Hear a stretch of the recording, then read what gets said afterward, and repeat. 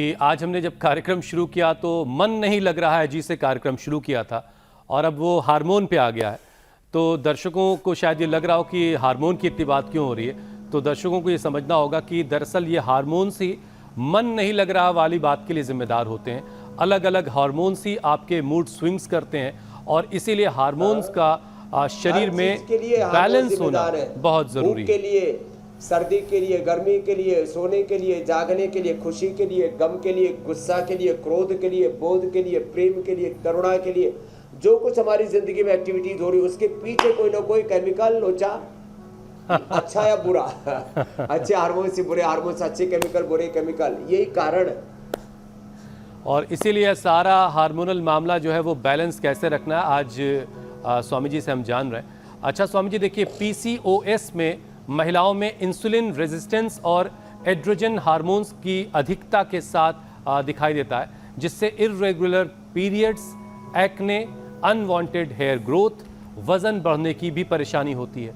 तो स्वामी जी, PCOS में ऐसा कौन सा योग वाला जो रूटीन है उसको अपनाया जाए जो वजन, स्ट्रेस और मेटाबॉलिक हेल्थ को तीनों को एक साथ रेगुलेट करे और साधे? और फिर वाइट डिस्चार्ज है, ओवर ब्लीडिंग है, फिर धीरे धीरे हार्मोनल इम्बैलेंस, और ये साइकिल पीरियड बंद होने तक फिर मेनोपॉज की अलग अलग प्रकार की डिसऑर्डर्स तक चला जाता है। तो एक तो कपालभाति, एक अनुलोम विलोम, ये दो प्राणायाम इतने अच्छे, मैं तो कहते हैं दो ही कर लेना तो ये जिंदगी बहुत अच्छे से जी सकते हैं। तो एक तो कपालभाति, फिर 10 मोल का काढ़ा या 10 मोल आरिष्ट, नारी कांति वटी, नारी कांति सिरप भी हमने बना दिया, 100% सोल्यूशन सारी समस्याओं का जो भी आपने बताई। ब्रेस्ट में गांठ, यूट्रस में, ओवरी में सिस्ट, फिर इरेगुलर पीरियड, फिर हार्मोनल इम्बैलेंस, माताओं का मातृत्व, पुरुषों का पुरुषत्व फिर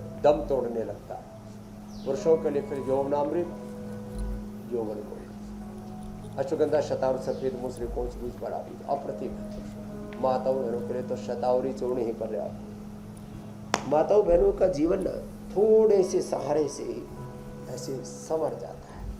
पुरुषों की प्रकृति दैहिक भी और मानसिक भी ढीठ जैसी होती है। माफ करना, ये आपके लिए नहीं है मेरे भाई हुसैन जी, अमित जी आदि के लिए नहीं है जो अच्छी आत्माएं। बाकी ज़्यादातर लोग, पुरुषों में अनावश्यक अकड़ ढीठपना होता है।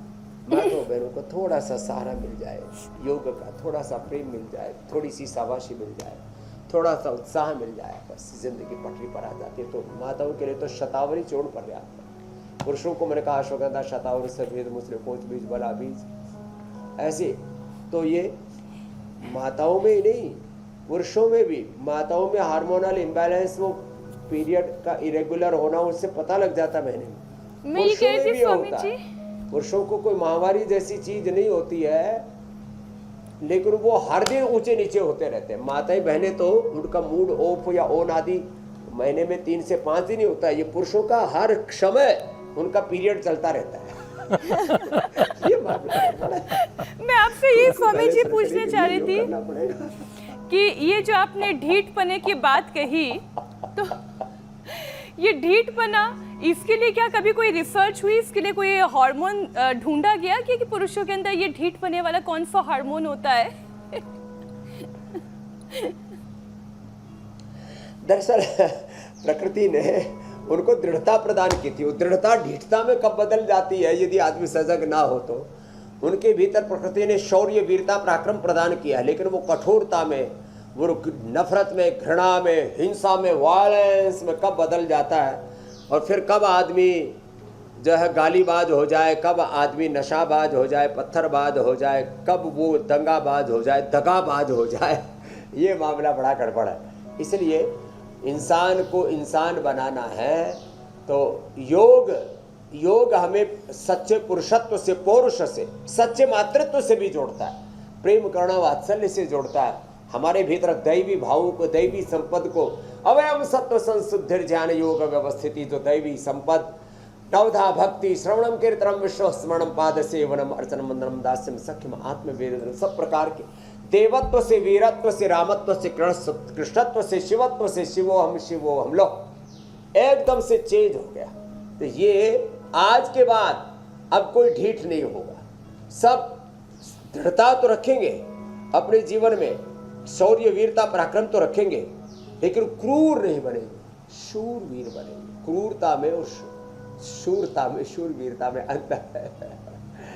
तो पुरुषों और ठीक है महिलाओं स्वामी जी। के जो भावनात्मक असंतुलन है उनसे उभारने के लिए योग, बाह्य प्राणायाम। अच्छा स्वामी जी, देखिए उम्र बढ़ने के साथ साथ शरीर में ग्रोथ हार्मोन की जो कुदरती तौर पर सिक्रेशन है वो घटती है, और साथ में इन एक्टिविटी जुड़ जाए तो मसल लॉस यानी सर्कोपेनिया की रफ्तार बढ़ जाती है।